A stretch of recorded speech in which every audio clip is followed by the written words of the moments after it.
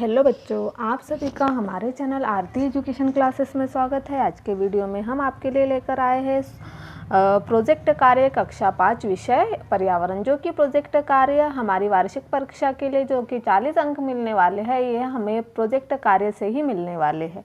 तो हम यहाँ पर लेकर आए हैं प्रोजेक्ट कार्य जो कक्षा 5 का है, पर्यावरण अध्ययन कक्षा 5।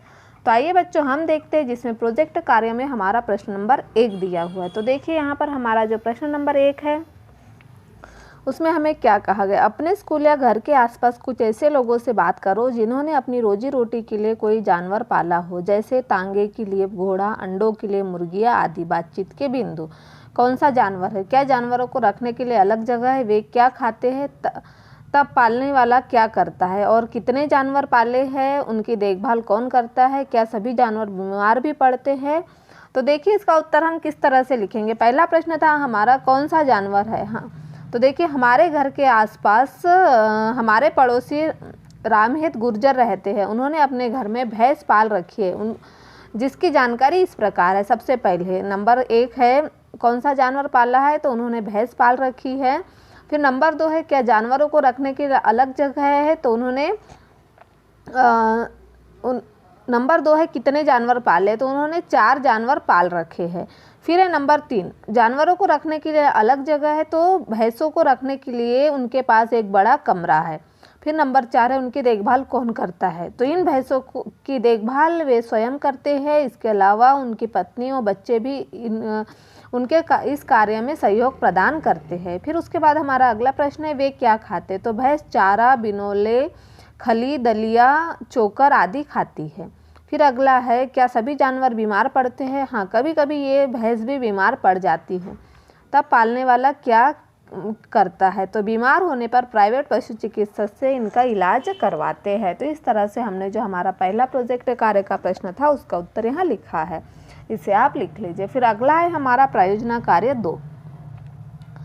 आप अपने गांव के किन्हीं 3 ऐसे लोगों से बात करिए जो मौसमी स्थानांतरण करते हैं, उनके अनुभव को जानकर लिखिए। पता करिए वे किस मौसम में जाते हैं, साथ में कौन कौन जाता है, कहाँ जाते हैं, उन्हें क्यों जाना पड़ता है, जाकर वो क्या काम करते हैं, उन्हें कितने पैसे मिलते हैं, जाकर वो अपने रहने का इंतजाम क्या करते हैं, उनके बच्चों की स्कूल की पढ़ाई का क्या होता है, वहाँ कौन सी भाषा बोली जाती है। तो हम अपने गांव में कुछ लोगों से बातचीत की। इसमें अशोक चाचा, मुन्ना चाचा और राजू चाचा से विशेष बातचीत हुई। ये लोग गर्मियों के दिनों में शहर में जाकर अपना सामान बेचते हैं। उनके साथ अन्य लोग भी हैं। ये सभी लोग शहर के अलग अलग स्थानों में जाकर अपना अपना सामान जैसे पायल, बिछिया, लौंग आदि बेचने जाते हैं। सामान बेचकर ये धन कमाकर लाते हैं। इस धन से उनकी दैनिक का खर्चा चलता है। इनके बच्चे सरकारी स्कूल में हिंदी माध्यम में पढ़ते हैं, वहाँ उनकी भाषा बुंदेलखंडी रहती है। इस तरह से हमने प्रोजेक्ट कार्य 2 को पूर्ण किया। अब हम देखते हैं प्रोजेक्ट कार्य 3।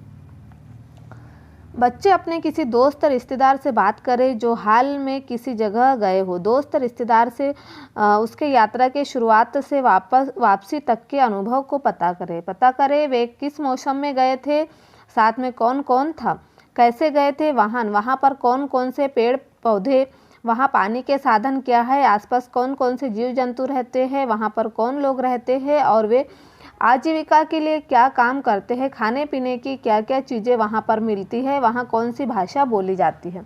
तो मेरा दोस्त अपने गांव कुछ दिन के लिए गया। उसका नाम राजू है। वह ठंड के दिनों में वहाँ गया। चूँकि उसका गांव नदी किनारे बसा हुआ है, अतः वहाँ ठंडक अधिक रहती।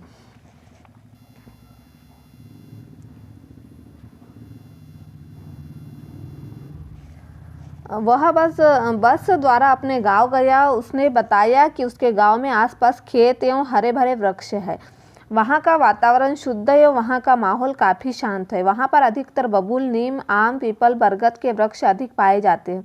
इसके अलावा फसल के रूप में गेहूँ, चना, मक्का, बाजरा, धान और सरसों की खेती की जाती है। वहाँ घर में नल लगे हुए हैं जिसमें रोजाना पानी सुबह शाम आता है। वहाँ जगह जगह हैंडपम्प भी लगे हुए हैं। यहाँ मुख्यतः ऊँट, नीलगाय, सुअर, लकड़बग्घा जैसे जानवर पाए जाते हैं। यहाँ सभी जातियों के लोग निवास करते हैं। यहाँ की आजीविका का मुख्य साधन खेती है। कुछ लोग दुकान एवं कुछ लोग नौकरी पर भी जाते हैं। यहाँ खाने पीने की सभी चीज़ें आसानी से मिल जाती है। यहाँ ताज़ी सब्जियाँ एवं फल पर्याप्त मात्रा में मिलते हैं। ये लोग बुंदेलखंडी भाषा का प्रयोग करते हैं।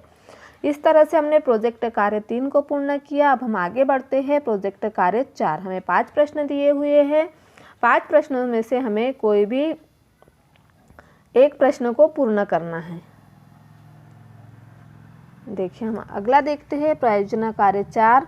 अपने आसपास किसी खेत पर जाइए, वहां किसानों से बातचीत कर गेहूं बोने से लेकर फसल काटने तक की जानकारी एकत्रित कीजिए। गेहूं की खेती संबंधित पत्र पत्रिकाएं एकत्रित कर प्रोजेक्ट रिपोर्ट तैयार करिए। अब देखिए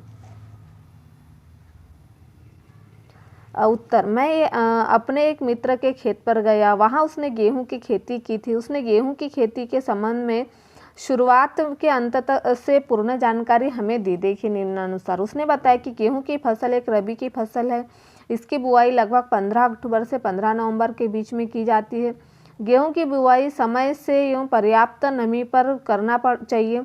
देर से पकने वाली प्रजातियों को बुआई समय में से अवश्य कर देना चाहिए, अन्यथा उपज में कमी हो जाती है। जितना ज़्यादा बुआई में विलंब किया जाता है उतनी अधिक गेहूं की पैदावार में गिरावट आती चली जाती है। गेहूं का अत्यधिक उत्पादन लेने के लिए हमें खरीफ की फसल जैसे धान आदि को समय से बोना चाहिए, जिससे गेहूं की बुआई के लिए अक्टूबर तक खेत खाली हो जाए। धान की फसल से खेत थोड़ा कठोर हो जाता है, अतः खेत की अच्छी तरह जुताई करनी चाहिए। उसके बाद ही गेहूं को बोना चाहिए। मिट्टी भुरभुरी हो जाने के बाद ही गेहूं की बुआई करनी चाहिए। बुआई के बाद पानी लगाते समय गेहूं की फसल में एक साधारण खेत में लगभग दो बार यूरिया का प्रयोग करना चाहिए। गेहूं की फसल में पहला पानी लगभग अंकुरण होने के बाद, जब पौधा 5 या 6 इंच हो जाए उसके बाद लगाना चाहिए, या फिर समय समय पर नमी की मात्रा की जांच कर लेना चाहिए।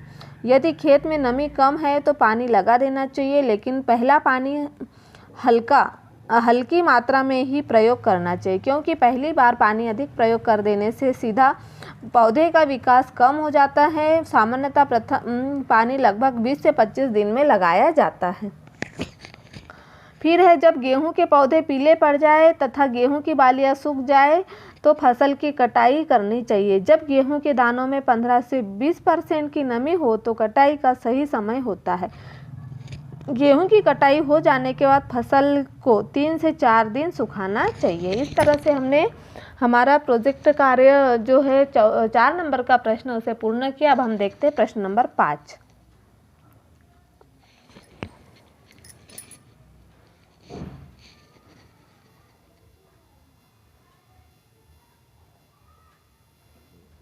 ऊंचाई तक तापक्रम अत्यधिक कम होने और ऑक्सीजन की कमी को पूरा करने के लिए पर्वतारोहियों को ऑक्सीजन सिलेंडर ले जाने के पिक्चर पोस्टर एकत्रित करिए और उनके बारे में लिखिए।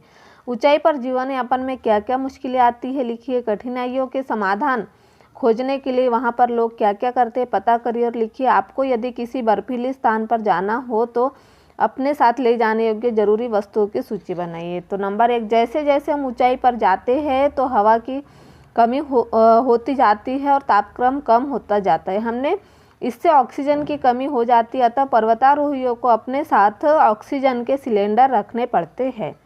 फिर अगला हमारा कठिनाइयों का समाधान खोजने के लिए सभी पर्वतारोही आपस में मिलजुल कर रहते हैं तथा एक दूसरे का सहयोग करते हैं। यदि हमें किसी बर्फीले स्थान पर जाना हो तो अपने साथ स्वेटर, जैकेट, कंबल, रजाई, ग्लव्स, मोजे आदि ले जाए। खाने पीने की आवश्यक सामान ले जाए। पर्वत पर चढ़ने के लिए रस्सियाँ, चैन, तंबू और आवश्यक दवाइयाँ भी हम ले जाएंगे। इस तरह से हमने जो हमारा प्रश्न नंबर 5 था प्रयोजन कार्य का वह पूर्ण कर दिया है। इसे आप पूर्ण कर लीजिए। इस तरह से आप प्रोजेक्ट कार्य के सभी वीडियो देखना है आपको और प्रोजेक्ट कार्य पूर्ण करना है कक्षा 5 का, तो हमारे चैनल को सब्सक्राइब ज़रूर कर लीजिए और बेल आइकन को प्रेस करना ना भूलिए, ताकि आपको हमारे आने वाले वीडियो के नोटिफिकेशन मिलते रहेंगे।